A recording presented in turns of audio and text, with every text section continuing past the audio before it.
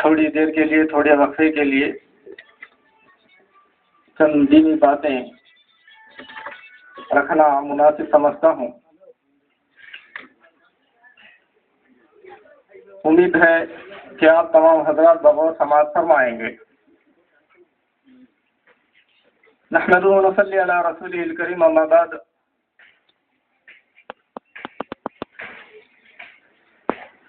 قال النبی صلی اللہ علیہ وسلم: النکاح من سنتی، وقال فی رواه آخر: فمن رغب عن سنتی فلیس منی۔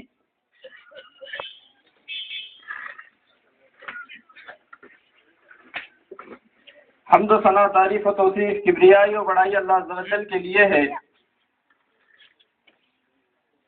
درود و سلام نازل ہو آخری نبی سید الانبیاء محمد مصطفیٰ صلی اللہ علیہ وسلم کی ذات گرامی پر اور آپ کے آل و اصحاب پر۔ ہم اور آپ بخوبی جانتے ہیں کہ یہ نکاح کی محفل ہے، لہذا اسی سلسلے میں چند باتیں عرض کرنی ہیں، بلکہ ہم میں کی اکثریت تو اس تعلق سے جانتی ہی ہوگی، بس یوں سمجھیے کہ ایک یاد دہانی کے لیے چند باتیں رکھی جا رہی ہیں۔ اللہ کے رسول صلی اللہ علیہ وسلم نے فرمایا: النکاح من سنتی، نکاح میری سنت سے ہے، میرے طریقے سے ہے۔ اور دوسری حدیث میں آپ صلی اللہ علیہ وسلم نے فرمایا: فمن رغب عن سنتی فلیس منی، جو شخص میری سنت سے منہ موڑے، اعراض کرے، روگردانی کرے، اس سے میرا کوئی تعلق نہیں۔ اسی وجہ سے جب بھی نکاح کی بات آتی ہے تو ہر انسان کو خوشی ہوتی ہے، اور جو انسان نکاح سے کترانا چاہتا ہے یا روگردانی ظاہر کرتا ہے تو ایسے شخص کو برا سمجھا جاتا ہے۔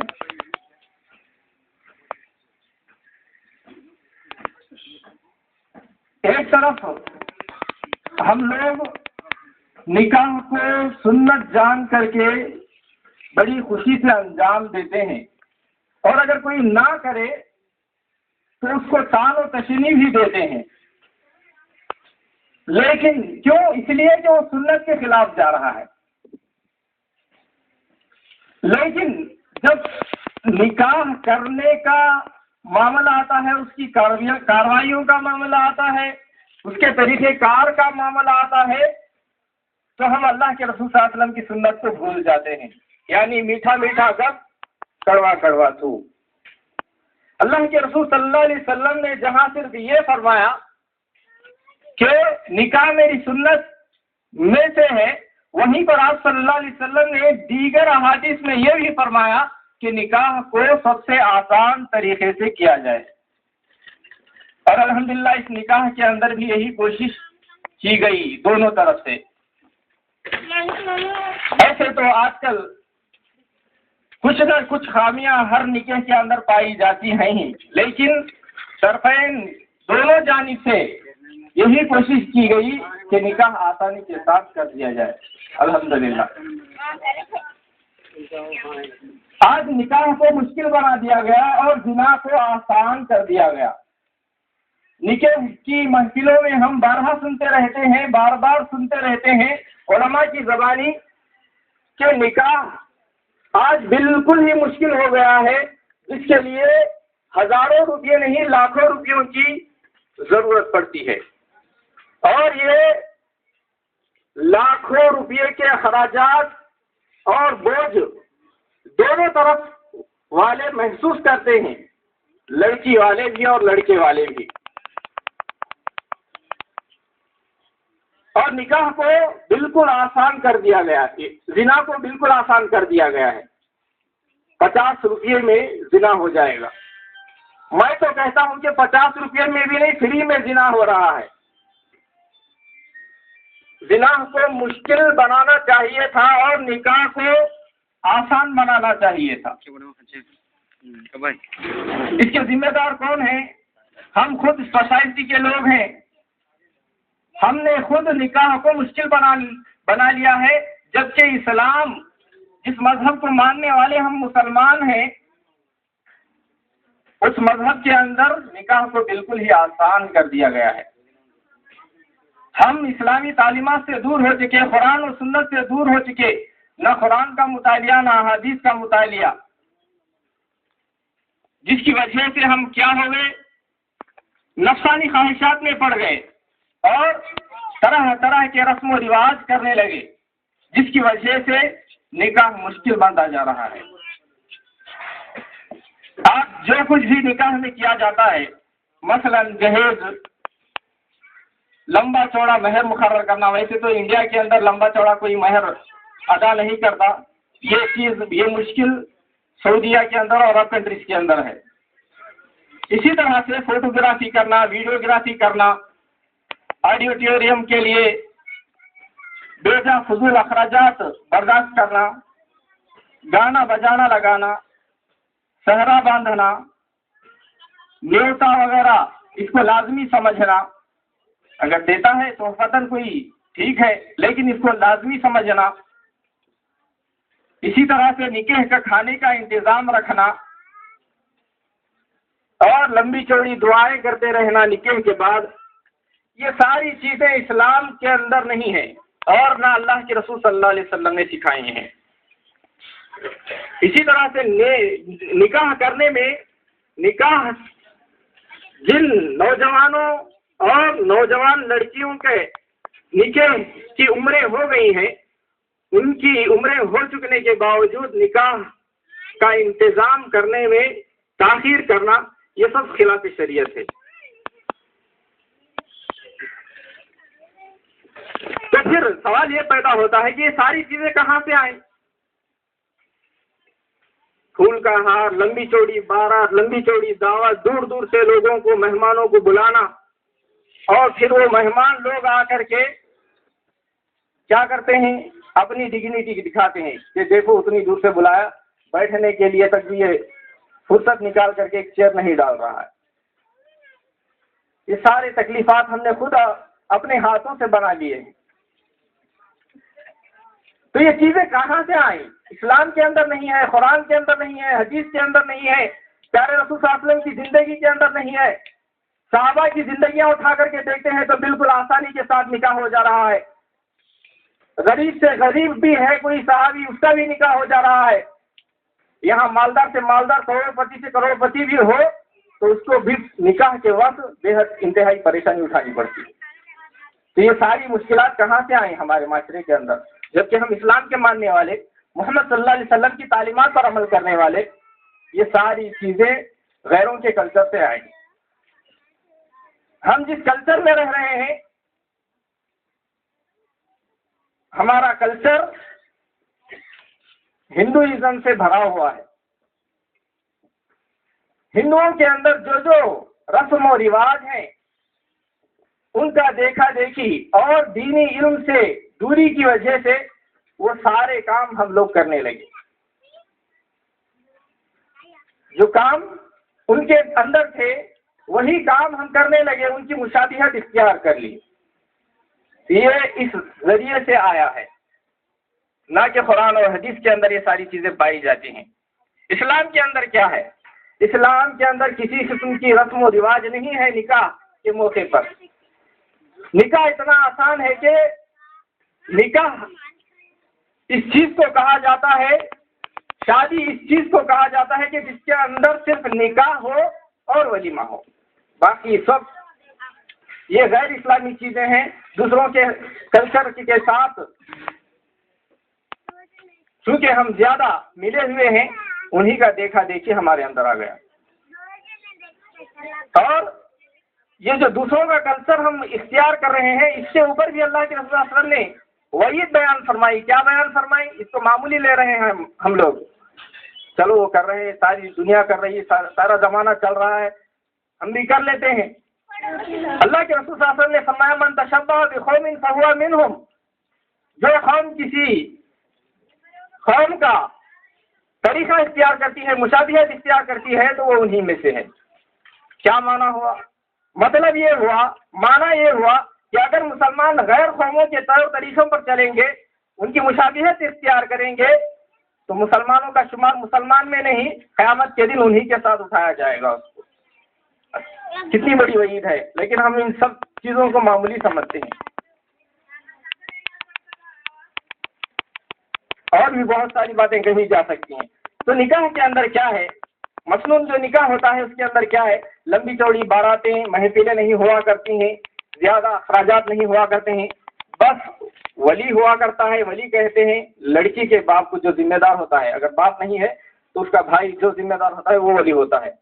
نکاح کے اندر اسلامی نکاح جو ہے اس کے اندر ولی ہوتا ہے، دو گواہ ہوتے ہیں، مہر طے ہوتا ہے، چاہے وہ نقد ہو یا ادھار ہو، اسی طرح خطبہ مسنونہ ہوتا ہے، اور اس کے بعد دلہے سے ایجاب و قبول کرایا جاتا ہے کہ میں نے فلاں کے ساتھ نکاح کر دیا کہ آپ نے قبول کیا، اس کو ایجاب و قبول کہتے ہیں۔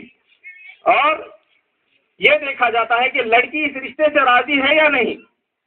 اسی طرح سے ان شرائط کے بعد جب نکاح ہو جاتا ہے تو بعد میں ولیمہ کے طور پر لوگوں کو کھانا کھلایا جاتا ہے۔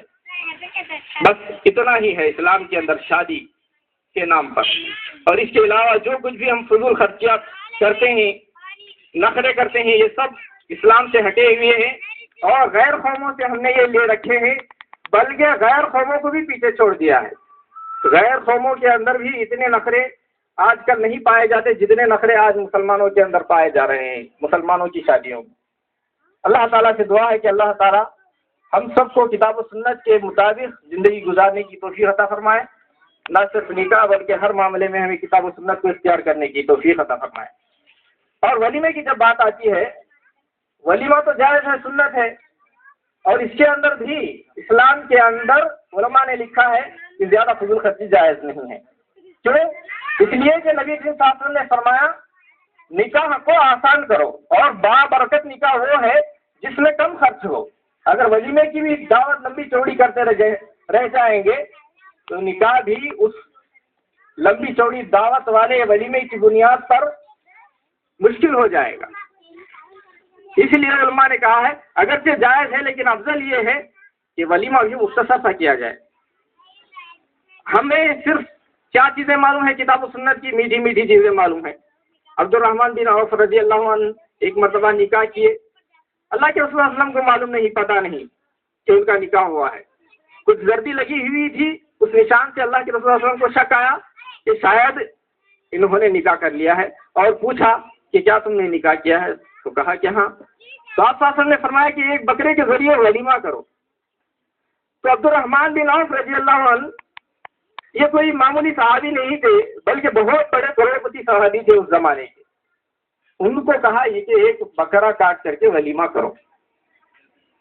تو جس کے روشنی میں، اس حدیث کی روشنی میں علماء نے کہا ہے کہ افضل ہے کہ جس استطاعت ہے، جو شخص مالدار ہے وہ ولیمہ کی دعوت کرے، لیکن اس میں فضول خرچی بھی جائز نہیں ہے۔ کیوں؟ اس لیے کہ دوسری حدیث میں آپ نے فرمایا کہ بہترین نکاح وہ ہے جس میں کم خرچ ہو۔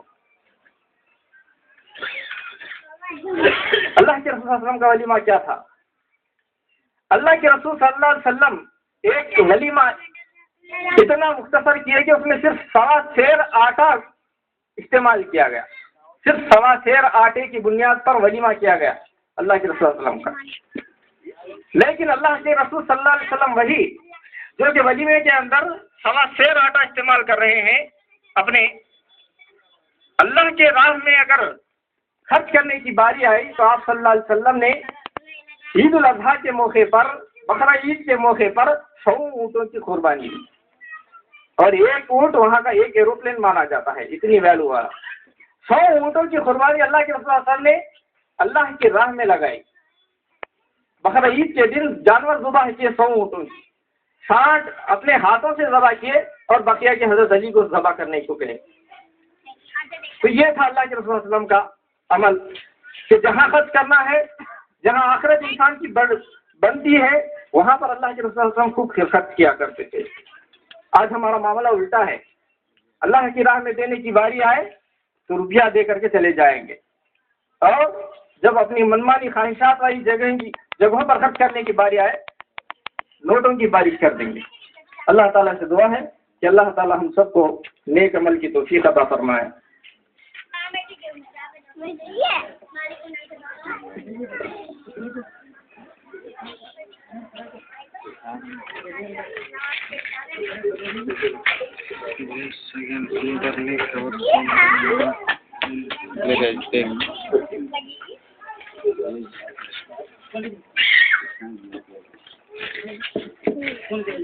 إن الحمد لله نحمده ونستعينه ونستغفره ونعوذ بالله من شرور أنفسنا ومن سيئات أعمالنا من يهده الله فلا مضل له ومن يضلله فلا هادي له وأشهد أن لا إله إلا الله وحده لا شريك له وأشهد أن محمدا عبده ورسوله يا أيها الناس اتقوا ربكم الذي خلقكم من نفس واحدة وخلق منها زوجها وبث منهما رجالا كثيرا ونساء واتقوا الله الذي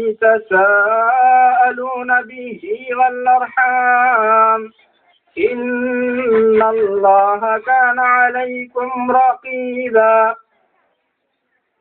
يا أيها الذين آمنوا اتقوا الله حق تقاته ولا تموتن إلا وأنتم مسلمون يا أيها الذين آمنوا اتقوا الله وقولوا قولا سديدا يصلح لكم أعمالكم ويغفر لكم ذنوبكم ومن يطع الله ورسوله فقد فاز فوزا عظيما أما بعد فإن خير الحديث كتاب الله وخير الهدي هدي محمد صلى الله عليه وسلم وشر الأمور محدثاتها وكل محدثة بدعة وكل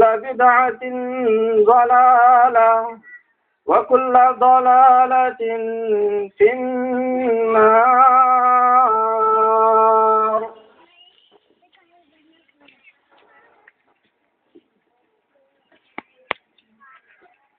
ابھی خطبہ مسنونہ جو نکاح سے متعلق ہے پڑھا گیا ہے، یہ نکاح دلہے یم احمد بادشاہ بن یم نذیر حسین صاحب، نام دلہن سیدہ عالیہ بنت سید خلیل الرحمن، نام ولی ماں ولدیت سید خلیل الرحمن ولد سید عبدالحمید رحمہ اللہ، نام وکیل ماں ولدیت ڈاکٹر محمد چنو میاں ولد نبی حسین صاحب، نام گواہ اول ماں ولدیت ڈاکٹر آر عبد الرحمن ولد آر ایچ عبدالحکیم عبد الخالق کرنولی، نام گواہ دوم ماں ولدیت کے ایم ڈی الیاس ولد کے عبد الرحمن صاحب۔ اس نکاح کے لیے جو مہر ادا کیا گیا ہے وہ 1100 روپے نقد ہے۔ ان سب تفصیلات کی روشنی میں میں نے آپ کا نکاح کر دیا ہے سیدہ عالیہ بنت سید خلیل الرحمن صاحب، کیا آپ اس نکاح کو قبول کرتے ہیں؟ الحمدللہ میں نے قبول کیا۔ کیا آپ نے اس نکاح کو قبول فرمایا؟ الحمدللہ میں نے قبول فرمایا۔ کیا آپ نے قبول فرمایا؟ الحمدللہ میں نے قبول فرمایا۔ بارک اللہ لک و بارک علیک و جمع بینکما فی خیر۔ اللہ کے رسول صلی اللہ علیہ وسلم کی نکاح کی محفل ایسی ہی ہوا کرتی تھی، یعنی آپ صلی اللہ علیہ وسلم خطبہ مسنہ پڑھا کرتے تھے اور اس کے بعد ایجاب و قبول کیا کرتے تھے. اس کے بعد آپ صلی اللہ علیہ وسلم دولہے کو دعا دینا سکھائے ہیں. عام طور پر یہ دیکھا جاتا ہے نکاح کی محفلوں میں کہ لوگ نکاح پڑھوانے والے سے لمبی چوڑی دعا کرواتے ہیں. اللہ کے رسول صلی اللہ علیہ وسلم لمبی چوڑی دعا کرانے کے بجائے یا کرنے کے بجائے صرف ایک مختصر اور جامع دعا کر دیا کرتے تھے. بارک اللہ لک و بارک علیک و جمع بینکما فی خیر. اس میں خیر و برکت کی دعا کی گئی ہے. بارک اللہ لک، اللہ تیرے لیے برکت دے، اور بارک علیک، اور تجھ پر برکت عطا کرے، و جمع بینکما فی خیر، اور تم دونوں کو میاں بیوی کو خیر پر بھلائی پر اکٹھا رکھے، جمع رکھے. بہترین دعا ہے. اگر یہ دعا آدمی دیتے ہوئے جائے دلہے کو، دلہن کو، اگر کسی کی دعا قبول ہو گئی تو دلہا دلہن کی زندگی سمجھ جائے گی. یہی سب سے بہترین دعا ہے، لمبی چوڑی دعا کرنا. چونکہ اللہ کے رسول صلی اللہ علیہ وسلم نے ایسا نہیں کیا ہے، لہذا اس میں خیر نہیں ہے. خیر کس میں ہے؟ اللہ کے رسول صلی اللہ علیہ وسلم کے طریقے میں ہے. لہذا ہم بھی جب دلہے سے ملیں تو اس دعا کو پڑھیں. اگر دعا نہیں یاد ہے تو کم از کم اپنی ہی زبان میں کہہ دے کہ اللہ آپ کو برکت دے اور آپ دونوں کو خیر بھلائی پر جمع فرمائے. بارک اللہ لک و بارک علیک و جمع بینکما فی خیر. نکاح کی محفل مکمل ہو گئی الحمدللہ.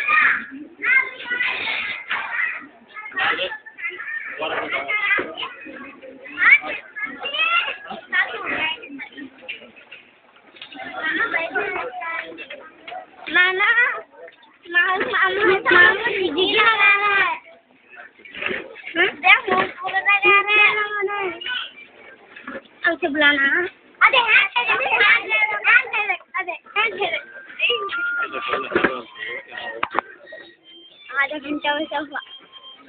ببا کے فون میں ٹائم ہے کتنے منٹ نکالتے ہو؟ آدھے گھنٹے ایک 10 منٹ کا پڑتا ہے. تمہارا ٹائم دیکھے نا تو تمہارے اس کو نیچے ہے، فسٹ سے دیکھے رہا تو معلوم ہے تمہارا بھی آدھا گھنٹہ ہو جائے.